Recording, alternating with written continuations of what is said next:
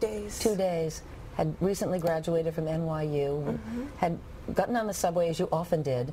It was early morning. You were going to visit your boyfriend when you know a man started to harass you. Tell me when you realized that something was terribly wrong.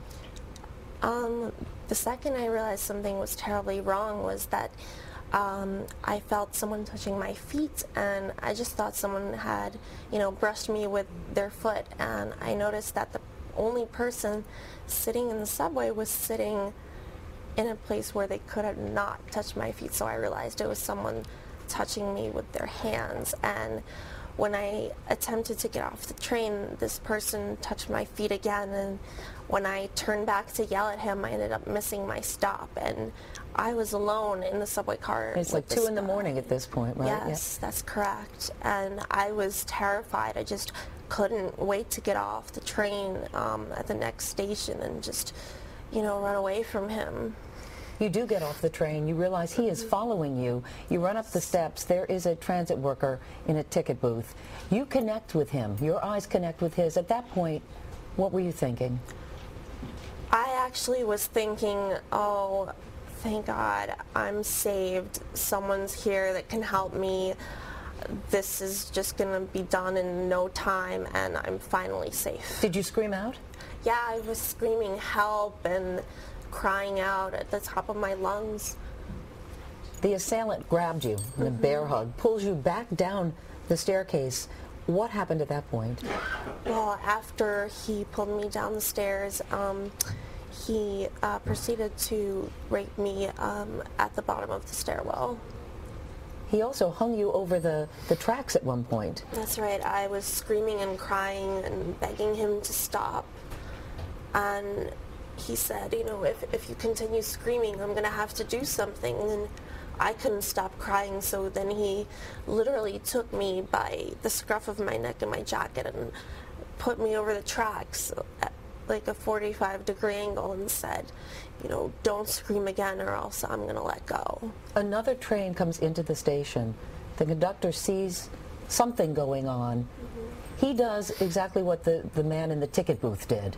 He presses a button that alerts Central Command, who then contacts the police. To this day, you believe he should have done more, and that transit worker in the ticket booth should have done more. What did you want them to do? Absolutely. Anything. He could have just gotten over the intercom and said, hey, stop what you're doing. I've called the cops. Anything like that would have helped, He didn't have to get out of the booth and make himself, I don't expect him to be a police officer, but he could have definitely said something over the intercom, or perhaps, having a quicker system of notifying the police would have been effective too. So you blame him more than you do the attacker? I do, because, unfortunately, the man who assaulted me was obviously, mentally ill and psychotic. He probably had no basis of reality, and he didn't have conscience, but the transit worker did. He was a human being capable of feeling emotions like I was, and I just felt that it was so cold-hearted and just completely abominable to basically look the other way. You did sue. You sued these workers. You sued the transit authority. You lost the suit. And this is what the judge said in throwing out the lawsuit. He said the subway, this was just last week, he said the subway workers had taken, quote, prompt and decisive action in obtaining rapid police help, fully complied with subway work rules. Beyond that, the MTA, Transportation Authority, has issued a statement. It reads in part, it is important to note that while New York City transit workers are trained to the highest degree of professionalism in their assigned jobs, they are not and should not be expected to perform in the capacity of law enforcement officers. How do you react to both of those, to losing the lawsuit and then the response of the MTA that these men are not trained to be police officers?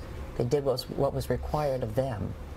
I mean, I actually was never expecting them to be police officers. I do feel that, they could have stayed in their booth and, gone over on the loudspeaker and said something. And in terms of it being prompt, well, you know, by the time the cops actually got there 10 minutes later, you know, I had been assaulted twice already.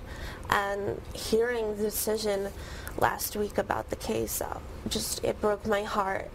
It really broke my heart, because I really was hoping that changes would be made, that other women who are taking the subway out there can feel safe and secure. And, you know, the subway is, you know, raising their fares and, you know, spending even less money now on security, and I'm shocked. Mark, do you plan to appeal this? Yes, we're going to keep fighting for Maria, and we are certainly going to appeal. We feel that the judge's decision was incorrect. It's interesting to see that the Transit Authority claims to be training their workers. There's no training going on here, and they don't really have any system in place, so we will certainly be appealing. All right, Mark. Maria, thank you so much for joining us this morning. We appreciate it. Thank you so much.